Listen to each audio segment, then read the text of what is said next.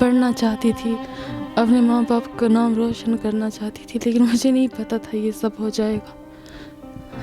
एक बीमारी ठीक थी, एक टेस्ट करती हूँ एक बीमारी निकलती है, दूसरा टेस्ट करती हूँ दूसरी, कोई उम्मीद ही नहीं रहती। जब आप देखेंगे ना इनके हालात, जब आप अंदाजा करेंगे ये किन हालात से दो चार हैं, तो यकीनी तौर पर आप अपने आप को भी नहीं रोक पाएंगे। 3 साल हो गए। इसकी वजह से मुझे अपनी पढ़ाई भी छोड़नी पड़ी और इसकी वजह से मेरे माँ बाप भी बहुत परेशान हैं। पिछले 3 साल से बीमार चल रही है। पिछले साल इसकी सर्जरी हुई, जो पैसा था वो पिछले साल लौटा दिया। इस साल से इसकी सर में प्रॉब्लम आ गई। अब कर्ज कर मजदूरी कर रहे थे इलाज, अब कोई सहारा नहीं बचा। बेबसी, लाचारी, मजबूरी के मारे दूर दराज इलाके से ताल्लुक रखने वाले एक शख्स इस वक्त हमारे साथ मौजूद है। मजबूरी, बेबसी, तंगदसी, लाचारी के मारे ये शख्स आज सुबह सुबह ही हमारे ऑफिस पहुंचे और एक फरियाद लेकर आप सब दोस्तों के सामने आ चुके हैं। पिछले 3 साल से बीमार चल रही है। पिछले साल इसकी सर्जरी हुई, जो पैसा था वो पिछले साल लौटा दिया। इस साल से इसकी सर में प्रॉब्लम आ गई। अब कर्ज कर मजदूरी कर रहे थे इलाज, अब कोई सहारा नहीं बचा। बाहर जाने का किराया भी नहीं है। परसों गए थे, अब फिर जाना कोई उम्मीद ही नहीं है, कोई पैसा नहीं हमारे पास रहा, जो भी था ख़त्म हो गया। 3 साल हो गए। 3 साल हो गए।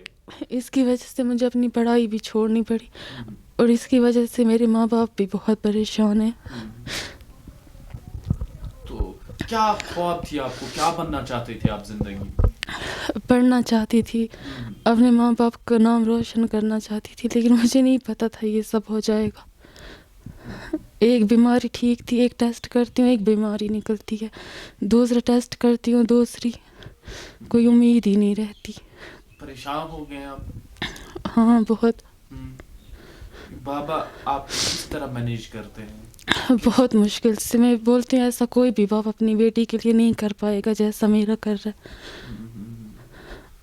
आप दूर दराज इलाके से ताल्लुक रखते हैं, वहाँ पर रोड ट्रांसपोर्ट भी नहीं होता है जी। जंगलात हैं वहाँ।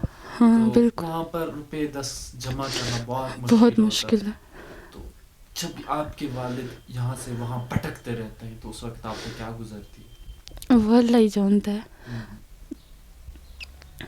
तो कभी कभार आपकी बीमारी के दौरान, क्योंकि उन्होंने बहुत सारी रकम खर्च कर दी है, भूखे रहना पड़ा, चावल नहीं बने, रोटी नहीं मिली घर में। हाँ वो बात तो है, फिर भी इन्होंने मैनेज किया। इन्होंने किसी के सामने अपना दुख बयान नहीं किया, अंदर ही अंदर सब कुछ सहते रहे। लेकिन आज मजबूर हो गए ना? जी, इसलिए इनको यहाँ आना पड़ा। तो क्या कहना चाहोगे, क्योंकि अभी आपको अल्लाह सुब्हाना व तआला की मैं बस यही कहती हूँ, मेरे बाप की हालत देख के लोग हमारी मदद करें।